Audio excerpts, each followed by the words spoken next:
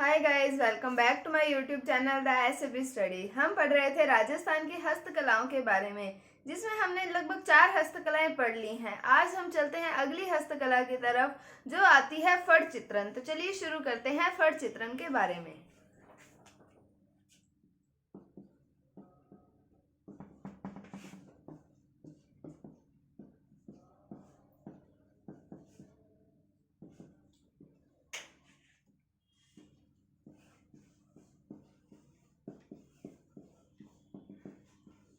तो फट चित्रण के बारे में शुरू करते हैं। तो हम सबसे पहले बात करते हैं कि ये कहाँ की प्रसिद्ध है।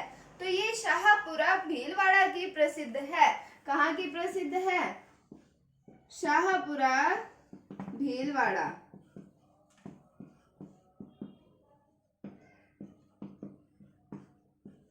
हमने इससे पहले जो पढ़ी है हस्तकलाएं, उनमें भी हमने पढ़ा है कि वो कहाँ कहाँ की प्रसिद्ध है। तो फट चित्रण की बात की हमने, कहाँ की प्रसिद्ध है? शाहपुरा भीलवाड़ा की प्रसिद्ध है। अब हम बात करें कि शाहपुरा का जोशी परिवार जो है वो प्रसिद्ध है फट चित्रण के लिए, जिसमें से श्री लाल जोशी जो है वो प्रमुख फट चित्रकार माने जाते हैं। कहाँ का है? शाहपुरा का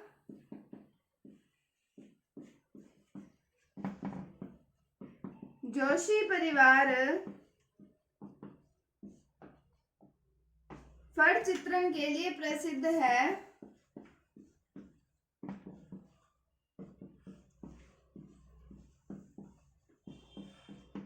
और इसी जोशी परिवार के हैं श्री लाल जोशी। वो क्या माने जाते हैं? प्रमुख फट चित्रकार।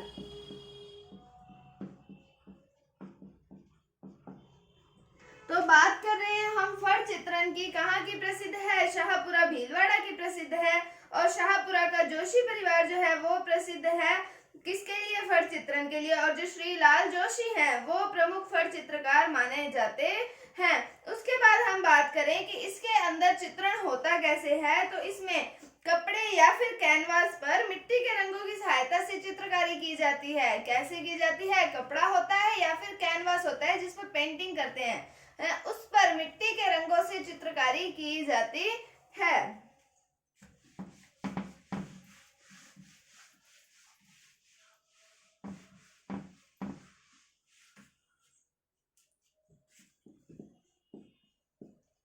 इसमें कपड़े या कैनवास पर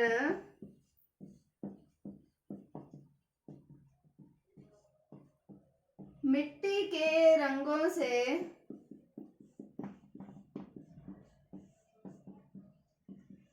चित्रकारी की जाती है। कैसे की जाती है? कपड़े या कैनवास पर मिट्टी के रंगों से चित्रकारी की जाती है। अब हम बात करें, सबसे इंपॉर्टेंट बात आती है फट चित्रण के अंदर कि भारत की प्रथम महिला फट चितेरी कौन आती है। तो वो आती है पार्वती जोशी। ये कहाँ से संबंधित है? ये भीलवाड़ा से संबंधित है। तो भारत की प्रथम महिला फट चितेरी तो कौन सी आती है? पार्वती जोशी। और कहाँ से संबंधित है ये भीलवाड़ा से संबंधित हैं। तो बात कर रहे हैं हम फट चित्रण की, कैसे किया जाता है? कपड़े या फिर कैनवास पर मिट्टी के रंगों की सहायता से चित्रकारी की जाती है। किसमें? फट चित्रण में। और भारत की प्रथम महिला फट चितेरी कौन सी आती है? वो आती है पार्वती जोशी, भीलवाड़ा की। तो ये बात जो है, ये सबसे इंपॉर्टेंट बात आती है फट चित्रण के अंदर। अब हम आगे बात करें कि फट चित्रण के अंदर हमने देखा कि कपड़े या कैनवास पर पेंटिंग की जाती है, चित्रकारी की जाती है। तो इसके अंदर किसी लोक देवी या फिर लोक देवता की जीवनी को उकेरा जाता है, यानी कि उसको दर्शाया जाता है एक कैनवास के ऊपर। तो हम बात करें आगे,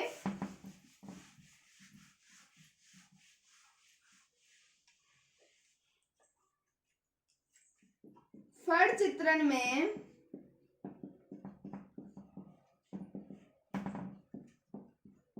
कपड़े या कैनवास पर लोक देवी या देवता की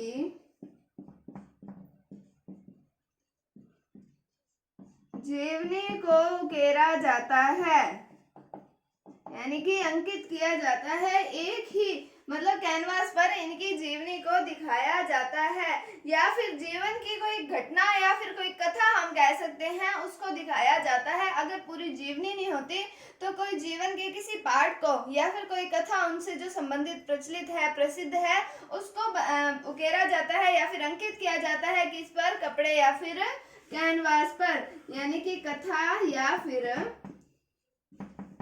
जीवन की घटना। तो क्या किया जाता है फट चित्रण में, किसी लोक देवता या लोक देवी की जीवनी को उकेरा जाता है। तो हम अगर आगे बात करते हैं तो राज्य की प्रथम ऐतिहासिक फड़ किसकी घटना पर बनी है, तो वो बनी है हाड़ा रानी की घटना पर। राज्य की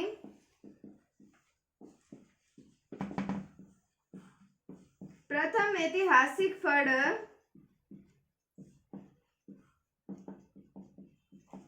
हाड़ा रानी की कथा पर या फिर घटना पर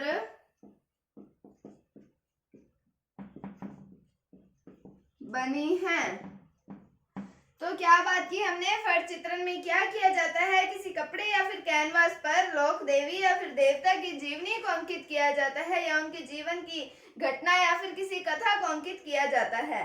फिर हमने देखा राज्य की प्रथम ऐतिहासिक फड़ किसकी है, तो वो है हाड़ा रानी की घटना पर बनी हुई है। और उसके बाद में हम बात करें कि फड़ बांचने वाले यानी कि फड़ को पढ़ने वाले लोग क्या कहलाते हैं, वो क्या कहलाते हैं, भोंपा। जैसे कि हमने जब लोक देवताओं की बात की थी तो उसमें हमने देव नारायण जी की फड़ की बात की थी, उसमें भी हमने पढ़ा था कि फड़ को बांचने वाले लोग क्या कहलाते हैं, तो वो कहलाते हैं भोंपा।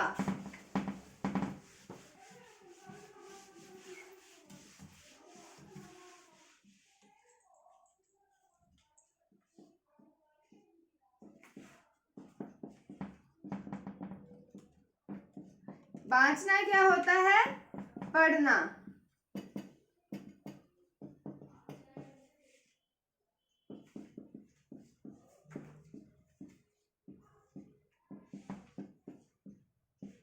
तो फड़ को बांचने वाले लोग कहलाते हैं भोंपा। फिर हम बात करें कि फड़ अगर टूटी पुरानी हो जाए या फट जाए या फिर पुरानी हो जाए तो इसे पुष्कर झील में विसर्जित किया जाता है।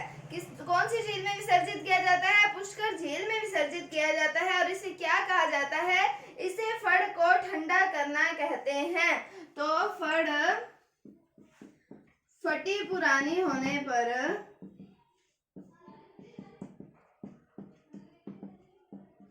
इसे पुष्कर झील में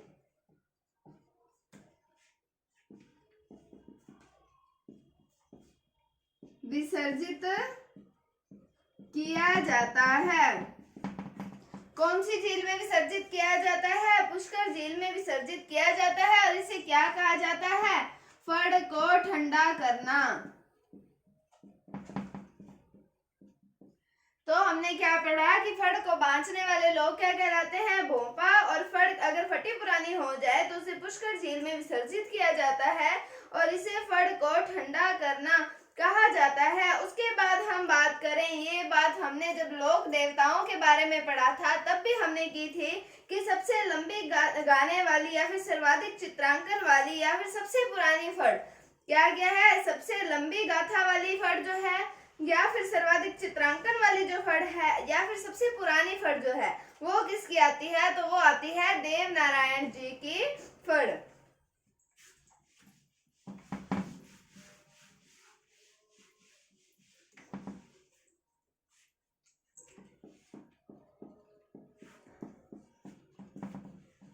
सबसे लंबी गाथा वाली,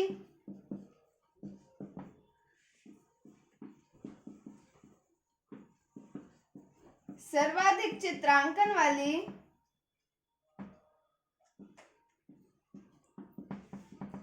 क्या बात कर रहे हैं हम कि सबसे लंबी गाथा वाली, सर्वाधिक चित्रांकन वाली और सबसे पुरानी फड़।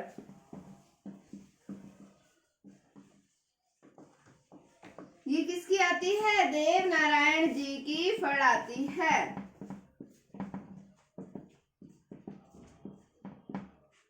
तो सबसे लंबी गाथा वाली, सबसे पुरानी और सर्वाधिक चित्रांकन वाली फड़ कौन सी आती है? देवनारायण जी की फड़ आती है। और फड़ वाचन के अंदर कौन से वाद्य यंत्रों का प्रयोग किया जाता है?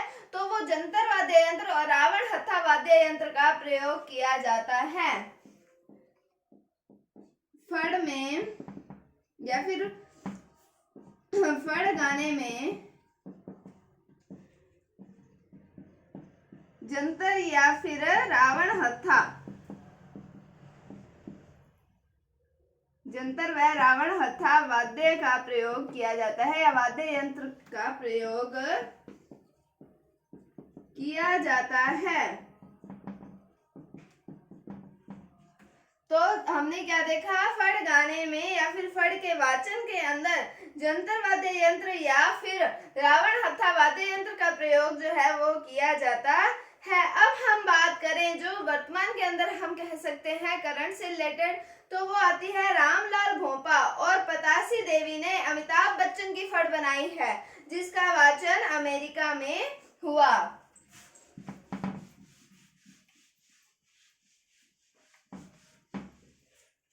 तो किसने बनाई है? रामलाल भोंपा व पतासी देवी ने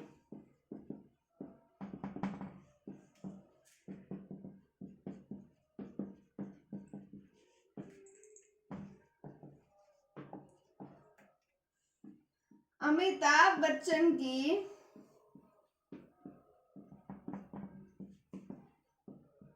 फड़ बनाई है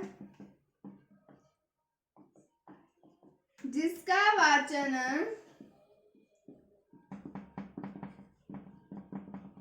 अमेरिका में हुआ। तो ये भी एक इम्पोर्टेंट बात आती है। तो ये था फड़ चित्रण के बारे में। क्या पढ़ा हमने? कहाँ की प्रसिद्ध है? शाहपुरा भीलवाड़ा की प्रसिद्ध है, वहाँ का जोशी परिवार प्रसिद्ध है और श्री लाल जोशी जो है वो प्रमुख चित्रकार हैं। तो इसमें हमने देखा कि कैसे हमने एक भारत की महिला, प्रथम महिला फड़ चितेरी की भी बात की। तो कौन आती है? पार्वती जोशी आते हैं।